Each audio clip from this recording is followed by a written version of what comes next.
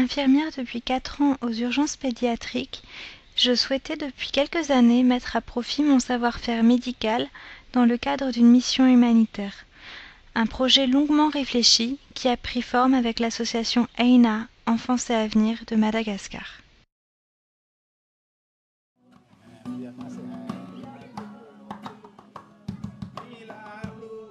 Madagascar, l'un des pays les plus pauvres du monde. À Antananarivo, sa capitale, des milliers d'enfants vivent dans la rue. Malnutrition, extrême dénouement, solitude et mendicité sont leur lot quotidien. Le choc des cultures se fait vite ressentir et l'impression d'être dans un monde à part m'envahit, malgré les 10 000 petits kilomètres qui me séparent de la France. À 12 kilomètres de la capitale, Malassa, petit village malgache qui accueille les 50 enfants de l'association EINA. Je prends donc le taxi B pour m'y rendre. Après 45 minutes de trajet, je découvre le centre EINA, une vaste maison avec un grand terrain de jeu extérieur. Le personnel comme le directeur, les éducateurs, l'assistante sociale, les lessiveuses se côtoient régulièrement et apportent quotidiennement aux enfants un soutien affectif, éducatif, médical et social comme une grande famille.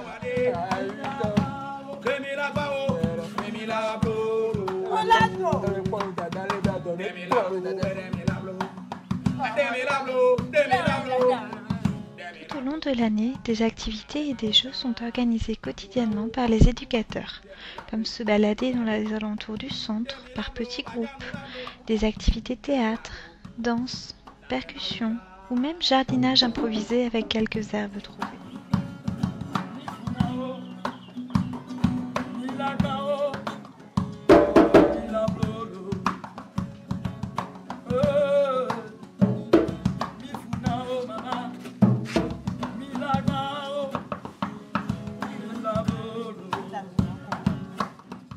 La pouponnière accueille les enfants de 0 à 4 ans et se situe dans un bâtiment annexe au-dessus du centre de santé pédiatrique.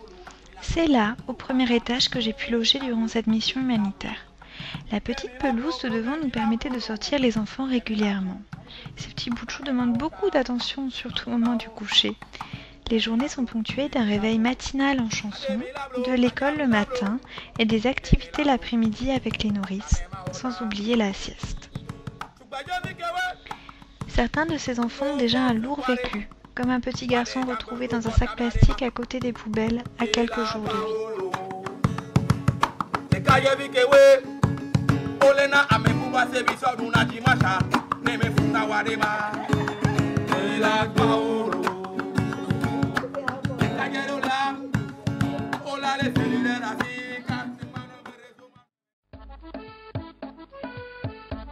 Régulièrement, des activités à l'extérieur du centre sont organisées avec tout le personnel, les enfants du personnel et les enfants EINA.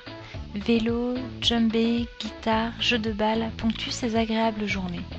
Nous avons pu organiser un grand pique-nique durant ma mission où les marmites de riz se sont succédées toute la journée.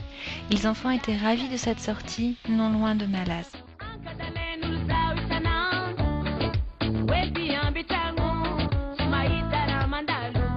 Le deuxième jour après mon arrivée, j'ai pu participer à un pique-nique avec les petits. Embarqués à bord de 2 camionnettes, nous parcourons quelques kilomètres. Ce fut un moment superbe où les enfants ont pu se régaler avec les fruits de saison. Des premiers pas pour certains, des courses pour d'autres, ou simplement une bonne dégustation de fraises.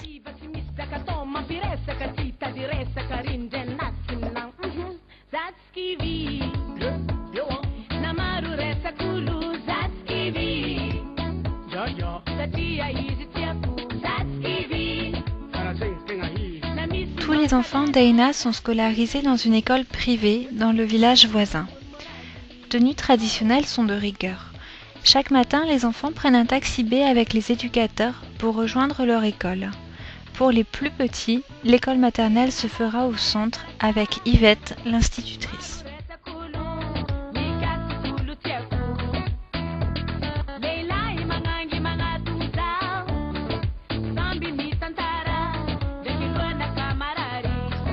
J'ai pu collaborer durant ma mission à une campagne de vaccination menée par l'État.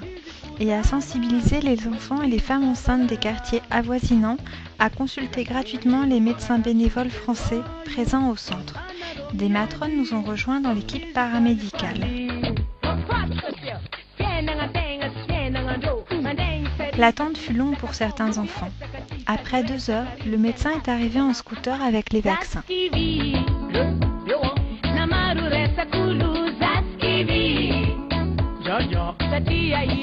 Déparasitage, médicaments, vitamine K, BCG ont pu être administrés.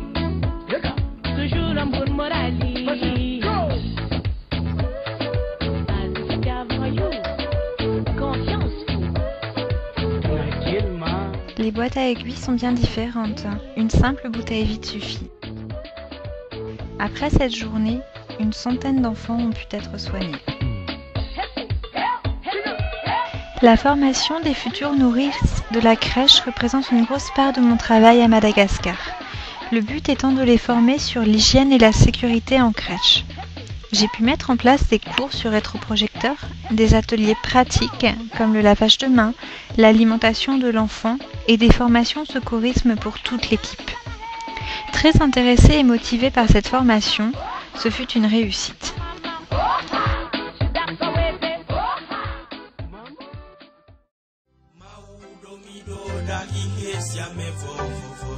Pour trouver les futurs bénéficiaires de la crèche, je me suis rendue dans le quartier d'Issoch, à Tananarive.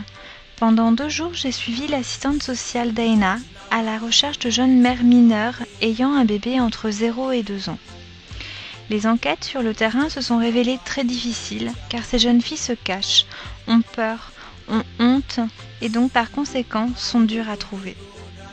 Après quelques jours de recherche, une confiance s'est installée entre les jeunes filles et notre équipe. Nous avons donc pu leur proposer d'adhérer au programme des crèches solidaires. Celui-ci consiste à s'occuper de leur enfant la journée, soins, alimentation, éveil et en parallèle acquérir une future formation professionnelle pour elles.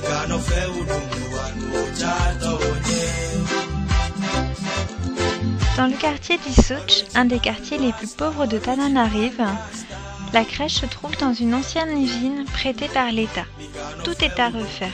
Nous avons donc dû tout réhabiliter pour se protéger des inondations fréquentes dans le quartier. Choix des couleurs de peinture, hauteur des tables allongées, achat du matériel fut une grande partie de mon travail.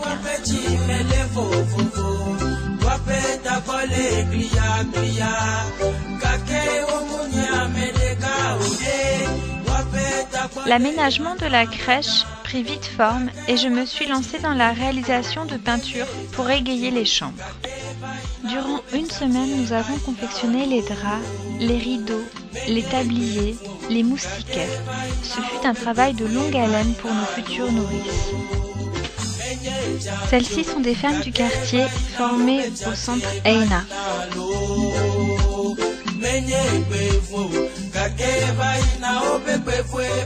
Enfin, le 17 novembre 2011, la crèche solidaire d'Issoch a ouvert ses portes aux premiers bénéficiaires. Une réunion d'accueil fut organisée en présence de la présidente d'association. La plupart de ces femmes sont seules ou vivent avec des membres de leur famille. Les problèmes d'alcoolisme, de maltraitance sont récurrents dans leur histoire de vie. Ces jeunes filles sont âgées de 14 à 20 ans.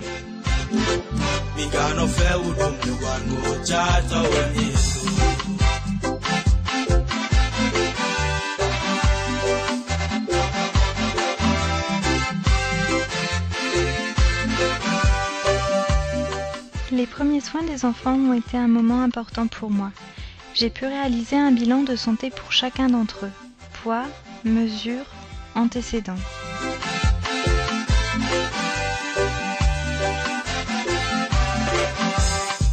L'abbé ne fait pas le moine, mon frère.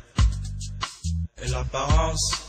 Puis il y a eu les premiers bains, les premiers jouets, les premiers berceaux, les premiers câlins.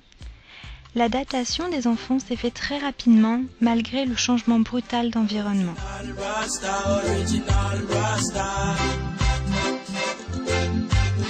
Le 9 mars 2012 a eu lieu l'inauguration officielle avec les représentants de l'État malgache, les présidentes et toute l'équipe d'Aina.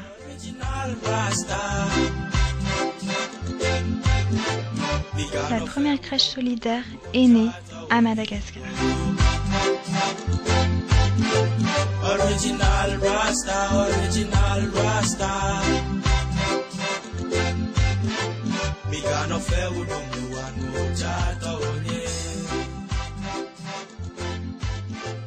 Original Rasta.